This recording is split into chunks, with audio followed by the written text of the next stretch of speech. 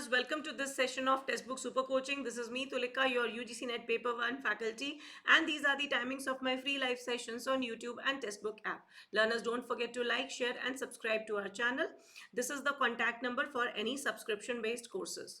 ये है मेरा Telegram group for all important updates. Do join my Telegram group. इस ग्रुप के थ्रू हम आपके साथ सेशन के टाइमिंग्स, लिंक्स, पीडीएफ्स और भी बहुत सारी इन्फॉर्मेशन शेयर करते हैं. अगर आप यूजीसी नेट जून 2024 की तैयारी कर रहे हैं तो एक स्पेशल सेशन ऑर्गेनाइज किया जा रहा है फॉर स्टूडेंट्स जिनका पेपर 2 है education. Yes learners, for paper 1 and paper 2 की कंबाइंड क्लास जो कि 22 मार्च 3:30 बजे कंडक्ट की जा रही है, wherein Preeti ma'am will be conducting ICT और हिना मैम एजुकेशनल स्टडीज को कवर कराएंगे. तो it's going to be an amazing session. All the students who are preparing with education at their paper 2 subject, do attend and watch this session. So learners, with a small dose of motivation, we'll start the mock test today. तो आज का जो हमारा mock test है वो होगा teaching aptitude का. तो टीचिंग एप्टीट्यूड के जितने भी क्वेश्चंस हम करेंगे सारे ही रिसेंट में पूछे गए प्रीवियस ईयर्स क्वेश्चंस हैं. So we are going to cover these questions with timing, right. So solve with me. पहला क्वेश्चन है, in a learner centre teaching environment students. तो अगर हम लर्नर सेंटर टीचिंग एनवायरनमेंट की बात करते हैं तो उसमें स्टूडेंट्स किस तरह से रिएक्ट करते हैं. इनमें से कौन सी ऐसी फीचर्स हैं जो कि purely learner centre teaching environment को सपोर्ट करती है. तो शिक्षार्थी केंद्रित शिक्षण की बात की जा रही है और आपको इसमें से सही कॉम्बिनेशंस बनाने हैं. And the correct answer for this is D, that is A and D. 4. सो इसमें जब भी हम लर्नर सेंट्रिसिटी की बात करते हैं तो फोकस जो रहता है, जो सेंटर स्टेज रहता है वो लर्नर लेता है. And the learner actively participates, वो अपनी लर्निंग में खुद पार्टिसिपेट करता है और साथ ही साथ ये भी डिसीजन लेता है कि उसे क्या पढ़ना है और कैसे पढ़ना है. तो सारा कुछ लर्नर के ऊपर आता है in a learner centre teaching environment. Next question is law, which of the following are the laws of memory in learning. तो जब भी हम लर्न कर रहे होते हैं, लर्निंग में एक बहुत इंपॉर्टेंट कंपोनेंट होता है मेमोरी का. कोई भी चीज़ हम सीखते हैं तो बहुत सारी चीज़ों को हमें याद करना पड़ता है, स्मृतिकरण में लाना पड़ता है. इनमें से कौन से लॉज हैं जो हमें लॉज ऑफ मेमोरी के साथ अलाइनमेंट करते हैं. Law of perseverance, inadequacy, contiguity, association और इनकम्पैटिबिलिटी. सो यहाँ पे कॉम्बिनेशंस दिए गए हैं. So learners, the correct answer is A, C and D, right. So perseverance, law of perseverance, law of contiguity and association. inadequacy और incompatibility ये दोनों negative aspect है. तो जब भी हम कोई चीज़ को याद करने की कोशिश करते हैं, मेमोराइज करने की कोशिश करते हैं, तो उसमें लॉ ऑफ परसेवरेंस बहुत काम करता है. ये लॉ ये बताता है कि हम वो सारी चीज़ें अच्छे से याद करते हैं जो हमारे लिए इम्पॉर्टेंट है और जिसे हमें बार बार कराया जाता है. जैसे मान लीजिए कोई टॉपिक हम आपको कहते हैं कि भाई ये टॉपिक बहुत इंपॉर्टेंट है, आप उसे याद कर लेते हैं. वही टॉपिक हम बार बार आपको प्रैक्टिस करवाते रहते हैं तो वो हमेशा आपके दिमाग में रहता है. It stays fresh in your mind. तो ये हो गया दृढ़ता का नियम यानी law of perseverance. Next is law of contiguity. ये लॉ कहता है कि हम वो सारी चीजें अच्छे से याद रखते हैं जो हमें साथ में बताई जाती है यानी कनेक्ट करके. फॉर एग्जाम्पल, अगर आप कोई नई वोकैबुलरी या नया वर्ड सीखना चाह रहे हैं तो उसको किसी पिक्चर के साथ या किसी डेफिनेशन के साथ या ऐसे किसी सेंटेंस के साथ जिसको आप ऑलरेडी जिसके बारे में जानते हैं उसके साथ अगर कनेक्ट करके कोग्निट करके बताया जाएगा तो आप चीज़ों को ज़्यादा अच्छे से समझेंगे, राइट. तो लॉ ऑफ कंटिग्युइटी जो है वो एक तरह से कंटिन्यूटी का सिद्धांत के बारे में बात करता है. सो कनेक्टेड कंसेप्ट्स को हम ज़्यादा अच्छे से समझते हैं. और लॉ ऑफ एसोसिएशन तो चीज़ों को ही एसोसिएट कराने की बात करता है यानी कि सिमिलर थिंग्स को हम जब भी स्टडी करते हैं, लॉ ऑफ कंटिग्युइटी से एक स्टेप आगे जाते हैं तो लॉ ऑफ एसोसिएशन की बात होती है, राइट. तो कोई भी नया कंसेप्ट जब हम पढ़ते हैं उसको अगर मीनिंगफुल वे में एक बात को दूसरे बात से कनेक्ट करते हैं तो वो चीज़ें हमारे लिए सेंस बनाने लग जाती है. So these are the 3 laws which are associated with memory in learning. Next question is, situated cognition is the idea that thinking is located in social and physical context, not within an individual's mind. Schema is a concept or framework that exists in person's mind to organize and interpret information. तो दो statements हैं. तो जैसा कि हम समझ सकते हैं कि situated cognition मतलब एक किसी स्थिति में आप जो सोचते हैं वो आपके मन के अंदर की बातों पे तो निर्भर करता ही है. ज़्यादा किस चीज़ पर निर्भर करता है, हमारे सोशल कंटेक्स्ट में हम फिजिकली कहाँ प्रेजेंट हैं, राइट. तो इसे हम उस समय आपको कैसे एक्ट करना है ये हम सोशल कंटेक्स्ट को बहुत इंपॉर्टेंस देते हैं, राइट.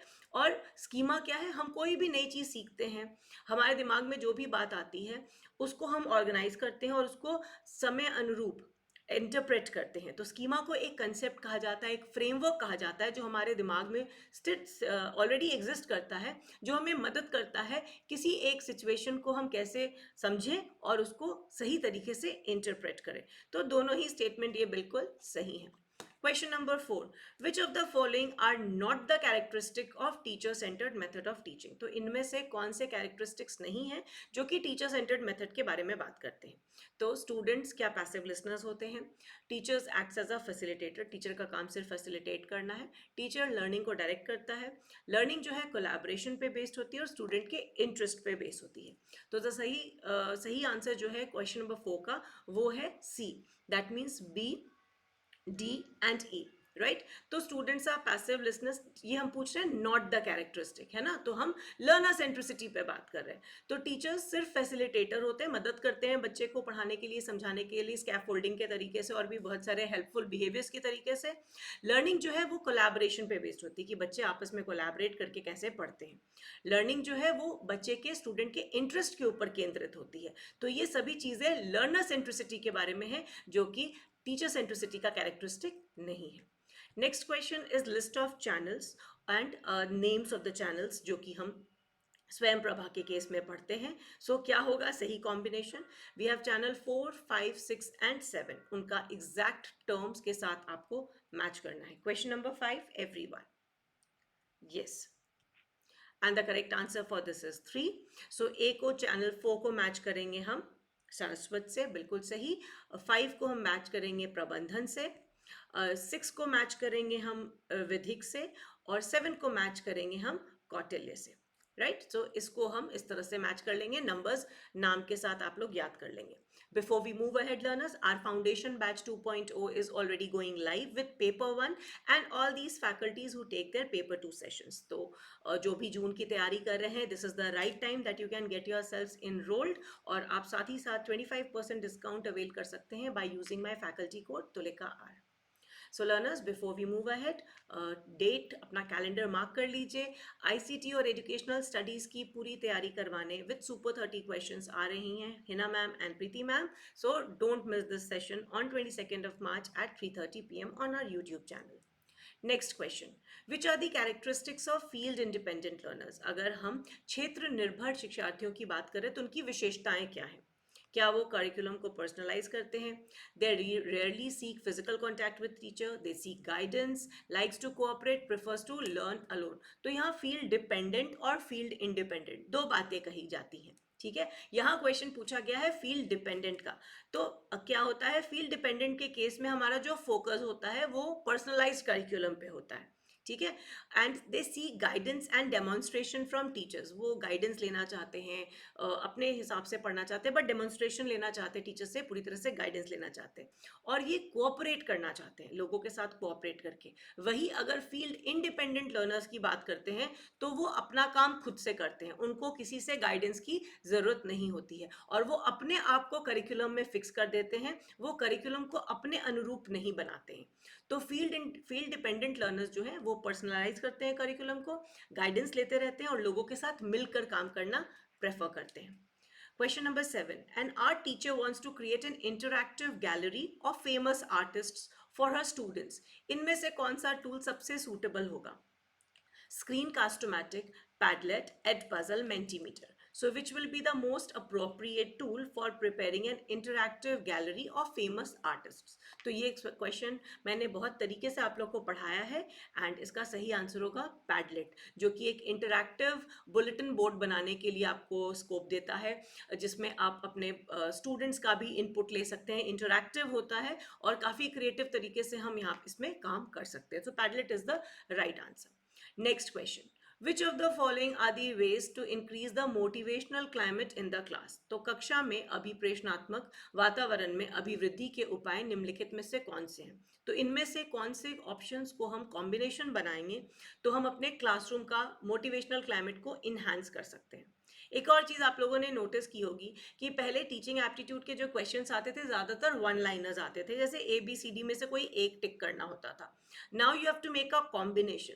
तो थोड़ा ध्यान रखेंगे हम जब भी कोई क्वेश्चन को सॉल्व करेंगे तो स्पीड थोड़ी बढ़ाएंगे रीड करने की, राइट क्योंकि वहां पे भी पहले क्या होता था, आप चार में से कोई एक सॉल्व कर लेते थे. अब आपको देखना है कि कौन कौन सा कॉम्बिनेशन में बैठेगा, राइट. और जब भी इस तरह के क्वेश्चन को सॉल्व कीजिए, कोशिश कीजिएगा कि ऑप्शंस पहले मत देखिए, पहले अपना सॉल्व सोल्यूशन बना लीजिए और उसके बाद मैच कीजिए. आधा आधी चीजें तो वहीं करेक्ट हो जाएंगी, क्योंकि कई बार ऑप्शंस ज्यादा देख के हम कंफ्यूज भी कर जाते हैं, राइट. सो इसका सही आंसर होगा A, B and D. Again इस तरह के क्वेश्चंस को सॉल्व करने के लिए थोड़ी जो क्विक स्ट्रैटेजी होनी चाहिए वो होनी चाहिए कि हम निगेटिव एस्पेक्ट्स को आइडेंटिफाई कर ले और फटाफट से साइडलाइन कर ले, जिसको हम एलिमिनेशन मेथड भी कहते हैं. सो अगर क्लासरूम में हमें मोटिवेशनल क्लाइमेट को इन्हांस करना है तो हमें वेराइटी ऑफ इंस्ट्रक्शनल स्ट्रैटेजी, यानी कि जो टीचिंग करने के तरीके हैं उसमें काफ़ी सुधार तो नहीं, उसमें वेराइटी लानी होगी, है ना. बदल बदल के टेक्निक्स की बात करते हैं. बच्चों को अपॉर्चुनिटी देना चाहिए कि वो अपने एक्सपीरियंसेस को शेयर करें, अपनी लर्निंग को शेयर करें, और साथ साथ क्लासरूम एटमॉस्फेयर को ट्रस्ट और कोऑपरेशन पे फॉस्टर करना चाहिए, डेवलप करना चाहिए. तो A, B एंड D, जो कि यहाँ पे सी में हमारे पास सारे व्यंग, कटाक्ष, श्रेष्ठता, प्रदर्शित, ये सब टर्म्स हैं, तो ये हम एलिमिनेट कर देंगे. Question number 9, which of the following are the types of implicit memory. तो एक्सप्लिसिट और इम्प्लिसिट मेमोरी का कंसेप्ट है, तो आपको बताना है इनमें से इम्प्लिसिट मेमोरी किस किस केस में आती है. सिमेंटिक, प्रोसीड्यूरल, प्रिमिंग, एपिसोडिक या classical conditioning. Yes everyone, recently ये क्वेश्चन पूछा गया, रादर 2 बार से पूछा जा रहा है अलग अलग तरीकों से. And the correct answer for this is C, that is B, C and E. तो इम्प्लिसिट होता है जहां हम एफर्ट नहीं लगाते हैं ठीक है. एक्सप्लिसिट होता है जहां हम एफर्ट लगाते हैं, ठीक. तो कोई भी अगर हम प्रोसेस कर रहे हैं, जो हम रोज वो काम करते हैं, उसके लिए हमें एफर्ट नहीं लगाना होता. गाड़ी चला रहे हैं, कुकिंग कर रहे हैं, कोई भी वर्ब प्रोसेस वाले, जो क्रिया वाले ING वाले वर्क होते हैं, वो सारे हमारे क्या होते हैं, ज्यादातर प्रोसीड्यूरल मेमोरी की कैटेगरी में आते हैं. प्रिमिंग क्या होता है, रिलेटेड कंसेप्ट. मान लीजिए मैंने आपको येलो कलर दिखाया, येलो कलर की खूबियां बताई, और उसके बाद मैंने आपसे पूछा कि नेम अ फ्रूट. मैंने आपसे ये नहीं कहा नेम अ येलो फ्रूट, मगर मैंने आपको येलो पहले बताया था. तो इस सिचुएशन में काफी हद तक चांसेस हैं कि आप कहेंगे या तो बनाना या लेमन, क्योंकि यहाँ पे क्या हुई है, प्रिमिंग हुई है. साइकोलॉजिकली हमारी ब्रेन ट्रेन हो जाती है. और क्लासिकल कंडीशनिंग इफेक्ट्स, जो कि हम इवान पैवलोव के केस में क्लासिकल कंडीशनिंग के एक्सपेरिमेंट्स को स्टडी करते हैं, वहां पे भी थॉट लगाने की जरूरत नहीं होती है. एंड कंडीशनिंग के केस में implicit memory takes place. Next, we have certain online tools और उसके functions. So we have Edpuzzle, MindMister, Google Docs and Mentimeter.